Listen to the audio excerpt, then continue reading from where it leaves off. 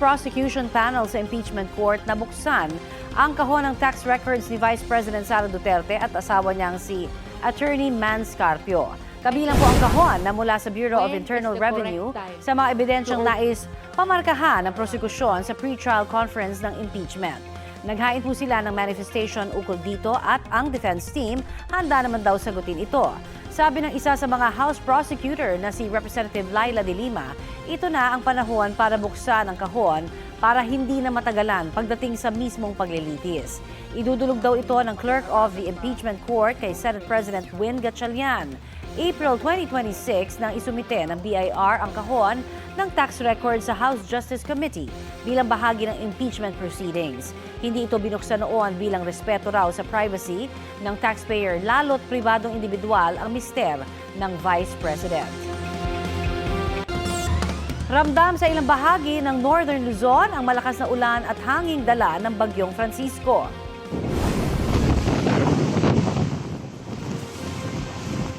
Sa Basco, Batanes, matinding hampas ng alon ang namataan kaya kinansela muna ang mga biyahe ng mga sasakyang pandagat. Nakataas pa rin po ang wind signal number 1 sa Batanes dahil sa Bagyong Francisco. Pinaalalahanan ang mga motorista na mag-ingat sa biyahe. Wala namang naitalang sugatan o nasawi dahil sa masamang panahon doon. Malakas na hangin din po ang naranasan sa Calayan, Cagayan. Pinayuhan ang mga residente na huwag muna magpunta sa dagat. Dinala na rin sa mataas na lugar ang mga bangka. Pasuray-suray na naglalakad ang lasing na lalaki na isa palang pulis na nooy off-duty. Nagkasa ng dalang baril at ginamit bilang panindak sa isang naabutang lalaki. Napaghiwalay naman ang dalawa ng mga residente. Nagsumbong sa pulisya ang biktima. Kinabukasan, sumuko ang pulis na nirelieve sa pwesto at binawian ng baril. Sinampahan siya ng reklamong grave threat. Tumanggi magbigay ng pahayag ang pulis. Sinusubukan pang kunin ang kanyang panig at ang panig ng biktima. Sa Quiapo, Maynila, arestado ang isang senior citizen na nagbebenta umano ng pills na pampalaglag. Ang kanyang panig sa balitang hatid ni Jomer Apresto. Mangiyak-ngiyak pa ang senior citizen na si Aling Edna, hindi niya tunay na pangalan nang hulihin siya ng mga tauhan ng Manila Police District sa Quiapo, Maynila nitong Martes. Ang 65 years old na suspect naaktuhan daw na nagbebenta ng abortion pills o gamot pampalaglag ayon sa pulisya. Sa bypass video, may kita ang target na itinuturo pa sa pulis na nagpanggap na buyer kung paano ang tamang paggamit ng gamot. Nakuhanan po natin siya ng 5 blister pack na naglalaman po nung abortion pills. So isang blister pack po, meron pong lamang 10 tablet. Lumalabas sa investigasyon na ibinebenta ng sospek ang kada banig ng abortion pills sa halagang 3,500 pesos. Pero sabi ng sospek, wala siyang kinalaman sa nangyari at nataon lang nabibili rin siya ng gamot. Napadana kasi kukuha ko ng gamot ko. Sabi ko nga po sa inyo, ayoko na po magpa-interview. Maharap ang sospek sa mga reklamong paglabag sa Philippine Pharmacy Law, Food, Drug and Cosmetic Act at sa FDA Law. Noong nakaraang taon, nagkaroon din ng operasyon ng MPD kaugnay sa bentahan ng abortion pills at isang senior citizen din ang nahuli noon. Ang supplier daw noon ng gamot, isang foreigner na may asawang Pinay na tukoy na ang pagkakakilanlan. Bukod sa Maynila, ibinebenta din umano ito sa iba't ibang bahagi ng Metro Manila sa pamamagitan ng online transaction. Iba-validate po natin yun kung meron pong pagkakaugnay yung supplier nitong suspect natin doon sa previous na operation na naganap. Jomer Apresto nagbabalita para sa GMA News. Nagtungo rito sa San Jose National High School ang kagawad ng Bureau of Fire Protection na si FO2 Ludwig Eric Soza, ang isa sa dalawang suspect na umaresto sa 15 taong gulang na shooter. Labis ang pasasalamat sa kanya ng mga guro. Pagdating niya rito kanina, ang ilan mahigpit na yakap ang bati sa itinuturing nilang isa sa maraming nagpakita ng kabayanihan sa nangyaring pamamaril dito noong Lunes. Paglilinaw ni FO2 Zosa, pulis ang kasama niyang umaresto sa shooter bagamat nakasuot ito ng pang-sibilyan.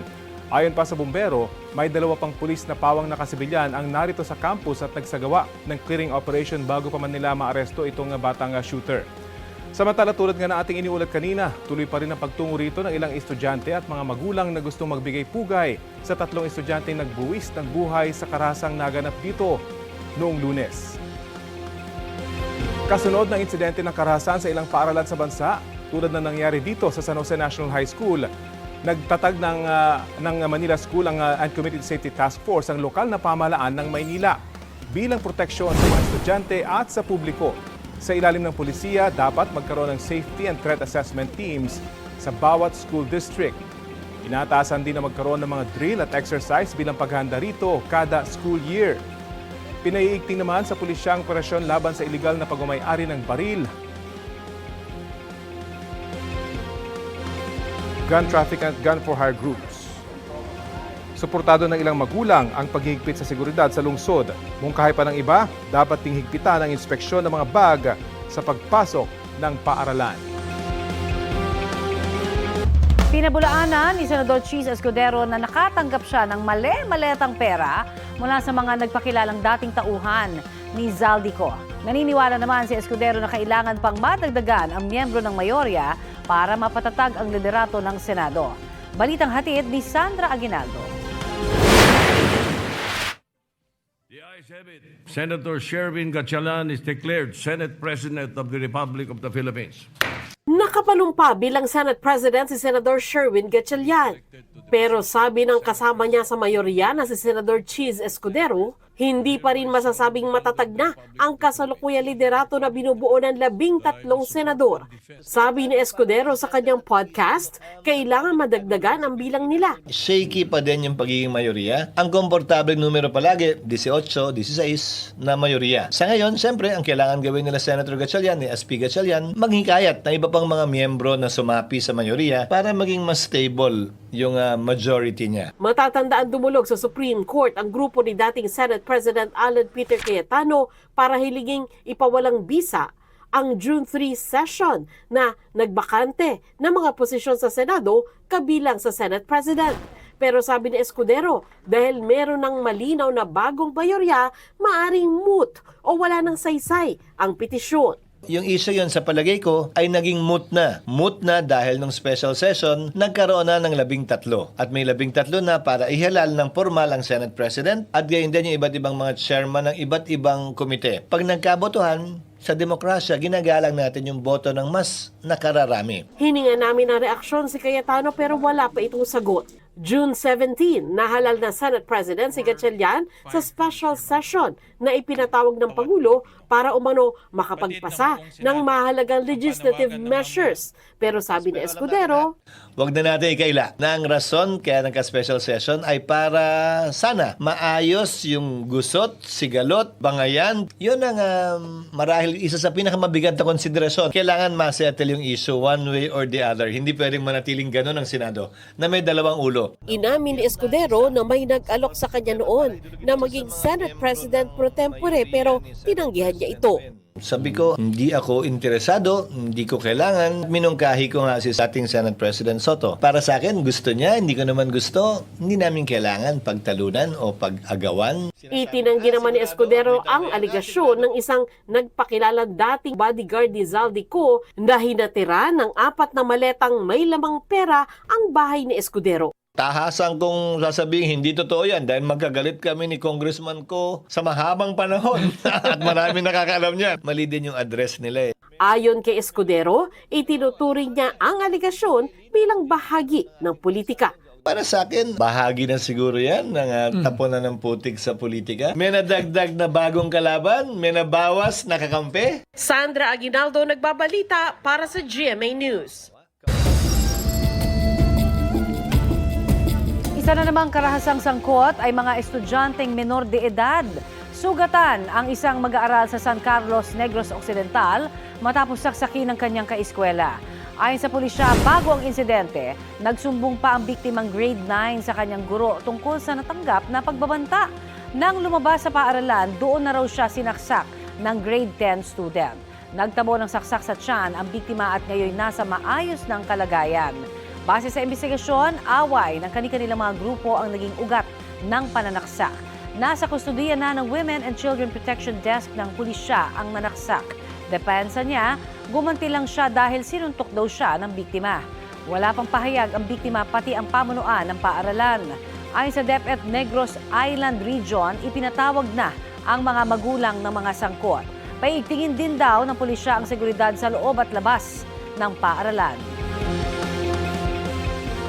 Dalawang estudyante sa junior high school sa Zamboanga City ang nahulihan ng pellet gun o replika ng baril.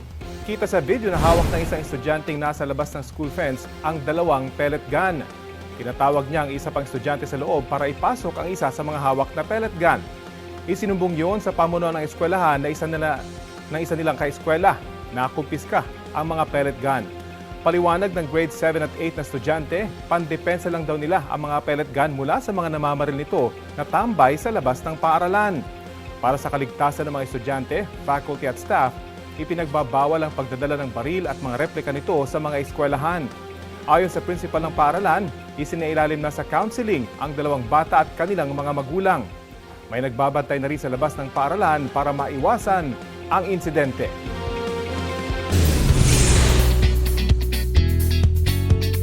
Nag-donate ng 2.5 million pesos sa GMA Kapuso Foundation ang ilang global icons.